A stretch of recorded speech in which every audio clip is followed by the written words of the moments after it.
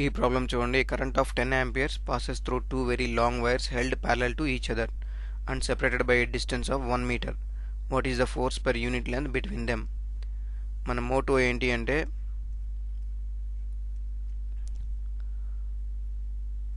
రెండు parallel conducting wires ఉన్నాయి. వాటిలో కరెంటు రెండు ఒకే డైరెక్షన్లో వెళ్తూ ఉంది.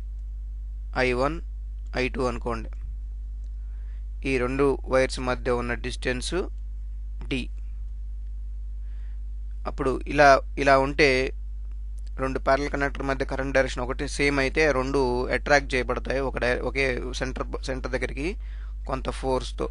మనం కనుక్కోవాల్సింది ఏంటంటే ఫోర్స్ పర్ యూనిట్ లెంత్ కనుక్కోవాలి. అదే మన మోటో. ఇప్పుడు ఇన్వెస్టిగేట్ చేద్దాం. ఏ క్వాంటిటీస్ ఇచ్చారో. I1 ఇచ్చారు.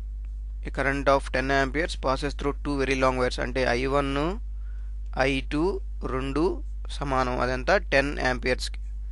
అలాగే డిస్టెన్స్ బిట్వీన్ టూ వైర్స్ అంటే d ఇచ్చారు, దట్ ఈస్ 1 మీటర్. మనం కనుక్కోవాల్సింది ఫోర్స్ పర్ యూనిట్ లెంత్. ఇప్పుడు రిజాల్వ్ చేస్తున్నాను. Force per unit length formula ఏంటంటే F by L is equal to mu naught by 2 pi into I1 I2 divided by D.